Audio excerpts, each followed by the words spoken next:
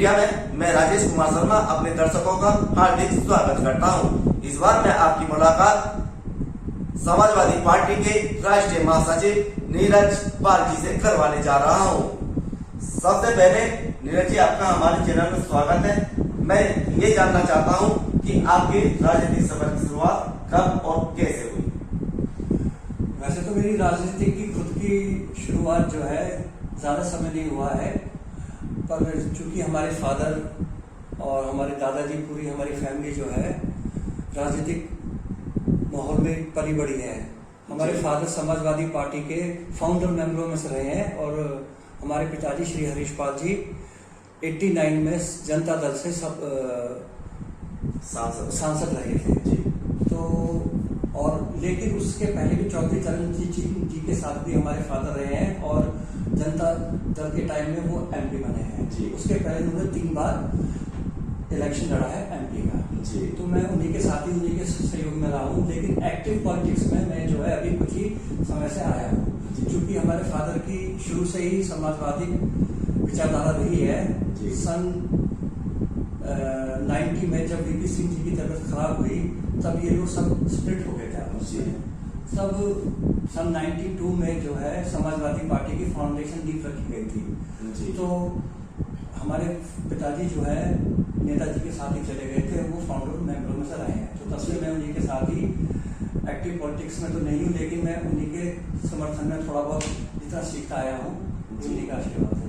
मेरठ की राजनीति में आपके पिताजी हरीश पाल जी का एक नाम है। कितना सहयोग राजनीति के सफर में आपको अपने पिताजी का मिला है? राजनीतिक सफर में तो अब आप मैं अकेले तो कुछ अपना बेनिफिट नहीं ले सकता। सारा का सारा जो है सारा क्रेडिट ये सब मेरे पिताजी को जाता है, क्योंकि उनकी छवि अब तक जितने भी लोग रहे हैं यहाँ पे राजनीति में, मेरठ की राजनीति में, सब लोग अच्छे रहे। लेकिन हमारे फादर का नाम इसलिए अच्छा रहा है क्योंकि उन्होंने हर गरीब पिछले दलित की जो भी उनके दरवाजे पे आया है, सुबह हो दिन हो रात हो, उन्होंने उनकी हमेशा मदद की है। नीरज जी, आपका सवाल मेरा यह, आपकी पिछड़े समाज से आते हैं और पिछड़े वर्ग समाजवादी पार्टी से जुड़े ऐसी क्या नीतियां आपके द्वारा बनाई जा रही हैं? जो पिछड़े वर्गों के लिए जो नीतियां हमें समाजवादी पार्टी ने बनाई है, चूंकि अब मैं राष्ट्रीय महासचिव हूँ, मेरे कंधे ऊपर बहुत बड़ी जिम्मेदारी दी गई है। और चूंकि सिर्फ जिम्मेदारी इसलिए दी गई है कि मैं पिछड़े समाज से आता हूँ। एक तो जातीय जनगणना होना बहुत जरूरी है। वो इसलिए जरूरी है क्योंकि आजकल सब आपने देखा है कि जितने भी सत्तारूढ़ के पार्टी के लोग हैं, सब चीज उन्होंने प्राइवेटाइज कर दी है। अब प्राइवेटाइजेशन से सब लोग जो है सब रिजर्वेशन सब खत्म होता जा रहा है। सरकारी नौकरियां खत्म हो गई हैं। जब सरकारी नौकरियां खत्म हो जाएंगी, जातीय गणना नहीं होगी, जातीय गणना के बिहाफ पे ही इनमें आरक्षण की सुविधा होती है।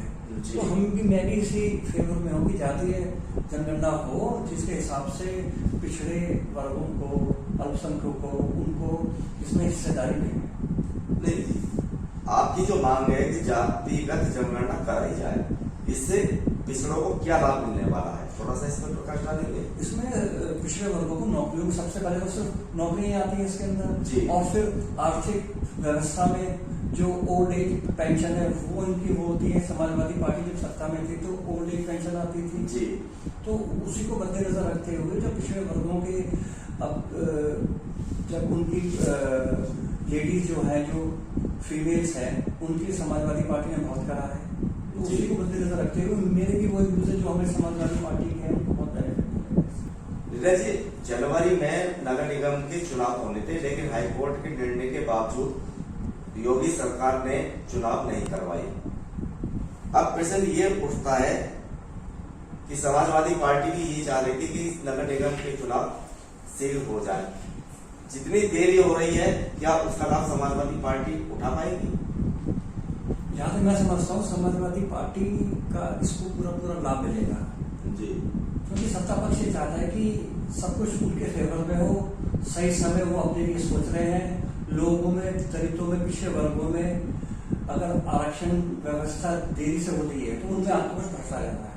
उनमें आक्रोश तो मैं नहीं कह सकता, लेकिन उत्सुकता भी आप कह सकते हैं कि बढ़ता जा रहा है। भाई एक चीज के लिए बिल्कुल सानिध्य बिल्कुल दरवाजे पे है, और वो चीज नहीं मिल पा रही, तो लोगों में इससे बेचैनी है। जी, आप कब तक उम्मीद करते हैं कि नगर निगम के चुनाव हो जाएंगे?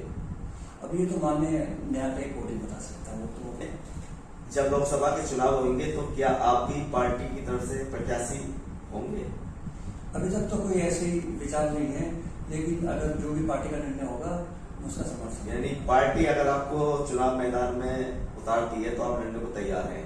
वो सब अब हाईकमान के लिए तो हम कभी ना नहीं कर सकते। जी जी जी, वो अगर कहेंगे तो ठीक है, या कोई भी मेरे को जिम्मेदारी दी जाएगी, कोई भी कैंडिडेट होगा तो मैं पूरी भावना से, जी, तन मन धन से और बल से मैं उनका समर्थन करूंगा। जी, आजकल प्रदेश में अपराध तेजी से बढ़ रहे हैं। महिलाओं के साथ बलात्कार की घटनाएं हो, चोरी डकैती की घटनाएं हो, योगी सरकार कहती है कि हमने इस पर बहुत कुछ अंकुश लगाया है, लेकिन उसके बावजूद जो अखबारों के आंकड़े हैं या सरकारी आंकड़े ही हम कह रहे हैं तो बढ़ोतरी होती दिखाई दे रही है।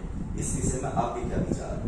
सत्तारूढ़ पार्टी तो डबल इंजन की सरकार है, वो तो अपनी सत्ता के नशे में इस कदर चूर है कि उनको कुछ दिखाई नहीं दे रहा है।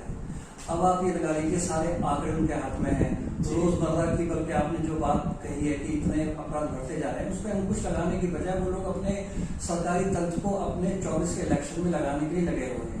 पुलिस की कमी है, पुलिस की भर्तियां नहीं हो रही है, पुलिस में अगर भर्तियां हो रही है तो उसमें थोड़ा सा धंधेबाजी की भी बुआ आ जाती है।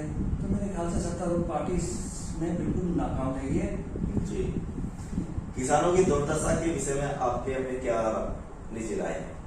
मेरी राय तो वो राय है जो सबकी राय है। अब किसानों तो दोनों तरफ से मार खा रहा है जी, सत्तारूढ़ पार्टी की तरफ से भी खा रहा है और नेचर की तरफ से भी खा रहा है जी, दोगुनी आय होनी की होनी हुई है। जी जी, टैक्स लग गया है, जीएसटी लग गई है, सरसों का तेल नहीं मिल रहा है, उसके ऊपर उन्होंने जीएसटी लगा दी है, दूध पे जीएसटी लगा दी है।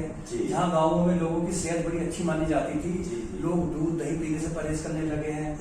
जीएसटी, दूध तो भगवान की कहते हैं ना कि दूध तो भगवान का फूड है, मतलब गॉड्स फूड जी जी, जिसे कहते हैं, उसके ऊपर तक टैक्स लगा दिया। तो उसकी तो दुर्दशा तो किसानों की तब भी ऐसी थी, अब भी ऐसी। अब ये लोग कहते हैं कि हमने गन्नों का पेमेंट करा है।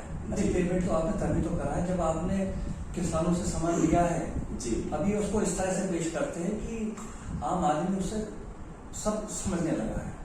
जी, नीरज जी, एक सबसे महत्वपूर्ण प्रश्न हमारा आपसे ये है व्यक्तिगत कि योगी सरकार और अखिलेश सरकार दोनों का कार्यकाल आपने देखा है जी, तो इन दोनों सरकारों में किसका कार्यकाल आपको बेहतर और बढ़िया लगता, क्यों लगता? ये तो सब पूरे देश को मालूम है कि जब समाजवादी पार्टी की सरकार थी और हमारे राष्ट्रीय अध्यक्ष श्री अखिलेश यादव जी के नेतृत्व में काम हो रहा था समाजवादी पार्टी में यूपी के अंदर। अब आप ये लगा लीजिए 100 नंबर से लेकर पुलिस वालों को लेकर, वृद्ध पेंशन से लेकर, प्रेगनेंसी से लेकर और एडमिनिस्ट्रेशन से लेकर और आपका ये जलवायु से लेकर, बिजली विभाग से लेकर, किसानों की माफी, कर्जे की माफी से लेकर सब कुछ उन्होंने ऑन पेपर्स नहीं था, ऑन द ग्राउंड था। उनका जो समाजवादी पार्टी का जो किसानों के लिए, जो आम आदमी के लिए जो कार्य था वो सिर्फ फाइलों में दब के नहीं रह गया था, वो समाज और वो योजनाएं उन तक पहुंची थी जिसके अंदर लोगों ने उसके लाभ उठाए, ऑन द ग्राउंड रहे हैं। लैपटॉप बांटे हैं, विद्यार्थियों को पूरी संपन्नता के साथ उन्होंने स्टेशनरी पे आप लगा दीजिए बिल्कुल फ्री हुआ करती थी। अब तो उन्होंने टैक्स लगा दिए, तो उनमें तो जमीन आसमान का फर्क है। इसमें तो बुराई नहीं है कि समाजवादी की पार्टी की सरकार ही बेहतर थी। दूसरा, समाजवादी पार्टी सरकार का सबसे बड़ा फायदा ये रहा कि गरीबों पिछड़ों समाजों के लिए जो उन्होंने कार्य किए थे हेल्थ को लेकर, हॉस्पिटल के अंदर जब नागरिक सरकार में 10 रुपए का पर्चा बनता था, अब उन्होंने 1 रुपए का कर दिया था। साइकिल स्टैंड के अंदर जो ठेकेदार थे, बड़े बड़े ठेकेदारों को बहन जी की सरकार में या और सरकारों में भी ठेकेदारों को उन्होंने लाभ पहुंचाने का काम किया है। समाजवादी सरकार ने वो सब ठेके जो खत्म कर दिए। तो बेसिकली ये कहना है कि जो योजनाएं समाजवादी पार्टी की रही है वो असल में लोगों के घर तक पहुंची है, उन्होंने उसके लाभ उठाए हैं जी। इसलिए सरकार हमेशा समाजवादी पार्टी की बेहतर रही है जी, योगी सरकार से। अभी आपने समाजवादी पार्टी के राष्ट्रीय महासचिव नीरज पाल जी के विचार सुने। उनका स्पष्ट मानना है कि योगी सरकार हर मोर्चे पर विफल है, चाहे किसान हो, महंगाई हो, चाहे महिलाओं की दुर्दशा। उनका यह भी मानना है कि समाजवादी पार्टी ही आम जनता के लिए एक बेहतर विकल्प है। बस।